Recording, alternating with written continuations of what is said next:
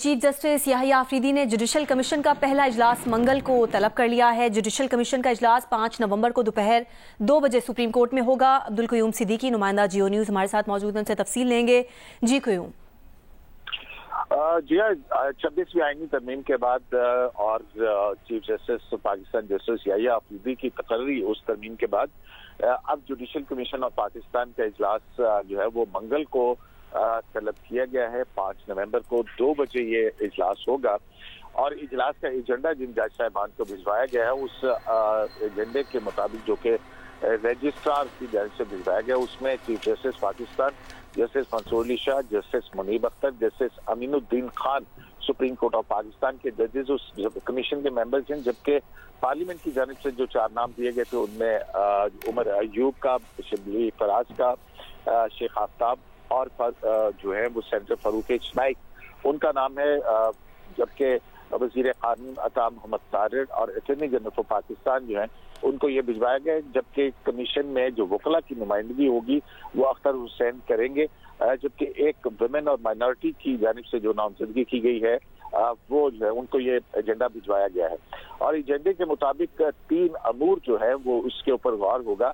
پہلا جو ہے وہ تو یہ ہے کہ جوڈیشل کمیشن آف پاکستان کا سیکریٹریٹ کہاں قائم کیا جائے گا، اور دوسرا جو ہے وہ یہ ہے کہ آئینی بینچوں کی تشکیل کا معاملہ جو ہے وہ بھی زیر غور آئے گا، اس کے اوپر بھی آئینی بینچوں کی تشکیل کے حوالے سے جوڈیشل کمیشن آف پاکستان غور کرے گا۔ اور جو آئینی ترمیم ہے اس میں جہاں پر جوڈیشل کمیشن جو ہے وہ آئینی بینچوں کی تشکیل کرے گا، وہیں پر وہ آئینی بینچ کے سربراہ کا تقرر بھی جوڈیشل کمیشن آف پاکستان ہی کا جو ہے وہ ہوگا۔ اور ایجنڈے میں یہ بھی شامل ہے کہ کوئی بھی تیسرا جو معاملہ ہے وہ چیئر کی منظوری سے اس کے اوپر غور خوض ہوگا۔ تو یہ ایک اہم پیش رفت ہے جس کے بعد پارلیمان کی جانب سے نام آئے، وکلاء کے نام آگے ہیں، اور اب 26ویں آئینی ترمیم کے بعد پہلا جوڈیشل کمیشن آف پاکستان کا اجلاس 5 نومبر کو ہوگا، جس میں آئینی بینچوں کی تشکیل اور آئینی بینچ کے سربراہ کی تقرری کے حوالے سے غور ہوگا۔ بہت شکریہ آپ کا عبدالقیوم صدیقی۔ وزیر اعلیٰ خیبر پختونخوا علی امین گنڈا پور نے ایک بار پھر اسلام آباد پر چڑھائی کی دھمکی دے دی ہے۔ اڈیالہ جیل میں بانی پی ٹی آئی سے ملاقات کے بعد علی امین گنڈا پور نے کہا کہ 9 نومبر کو سوابی میں جمع ہونے کے بعد فائنل کال دیں گے، سر پر کفن باندھ کر نکلیں گے۔ اب ایک فائنل کال دے کر اب اس حکومت سے ہمیں جان چھڑانی پڑے گی۔ یہ جو فارم 47 کی مینڈیٹ چور حکومت ہے، اس سے ہم نے چھٹکارا حاصل کرنا ہے عوامی طاقت سے۔ اب یہ مزید برداشت نہیں ہوگی۔ انشاءاللہ پہلے تو ہم 9 تاریخ کو ثوابی کے اوپر انشاءاللہ ایک بڑا اجتماع کر رہے ہیں، جس کے اوپر کھڑے ہو کے انشاءاللہ آگے کا ایک لائبل دیا جائے گا، اور انشاءاللہ پھر وہاں سے ہم اعلان کریں گے ایک ڈیٹ کا کہ جو ہماری فائنل کال ہوگی۔ اس فائنل کال کا مطلب یہ ہے کہ بھائی جان گھروں میں بتا کے آ جانا۔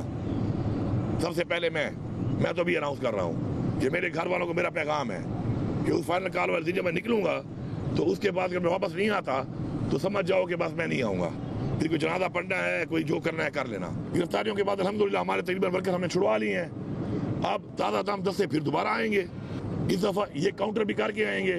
اگر یہ ہمیں کاؤنٹر کرنے کے لیے اسٹریٹجی بناتے ہیں نا بھائی، تو ہم بھی ان کو کاؤنٹر کرنے کے لیے اسٹریٹجی بنا رہے ہیں۔ اب یہ جب وہاں تک پہنچیں گے نا تو ان کو بھی راستے میں رکاوٹیں آئیں گی۔ ہماری جو تاریخ میں 17 حملے ہم نے کیے تھے نا پانی پت پر، 17 حملے تو ہماری تاریخ میں ہیں کہ 17 ٹائمز تو ہم نے کرنے ہیں، وہ تو ہمیں اپنی تاریخ بتا رہی ہے۔ ابھی تو ہم نے 1-2 کی ہیں، ابھی تو انشاءاللہ سے پہلے یہ چیز پائیں گے۔ ہر چیز کی ایک لمٹ ہوتی ہے، برداشت ہوتی ہے۔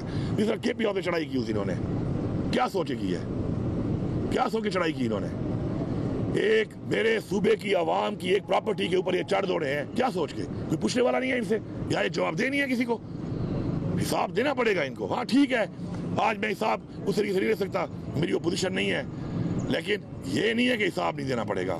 ایک دفعہ جب تک آئین کو توڑنے والے کو سزائے موت نہیں دی جائے گی، اس ملک میں آئین ٹوٹتا رہے گا۔ رہنما مسلم لیگ نون اور سینیٹر طلال چوہدری نے کہا ہے کہ علی امین گنڈا پور نے ریڈ لائن کراس کی تو حکومت اور ریاست کے پاس بہت آپشنز موجود ہیں۔ سرکاری ملازمین وزیر اعلیٰ کا حکم صرف عوام کی فلاح کے لیے مانتے ہیں۔ فیصل آباد میں گفتگو کرتے ہوئے طلال چوہدری نے کہا کہ 26ویں آئینی ترمیم کر چکے، ضرورت ہوئی تو 126ویں ترمیم بھی کریں گے۔ وہ سرکاری گاڑی ہو یا سرکاری ملازمین، وہ وزیر اعلیٰ کا حکم اس لیے مانتے ہیں کہ انہوں نے لوگوں کے فلاح کا کام کرنا ہوتا ہے۔ ہر چیز کی ایک انتہا ہوتی ہے۔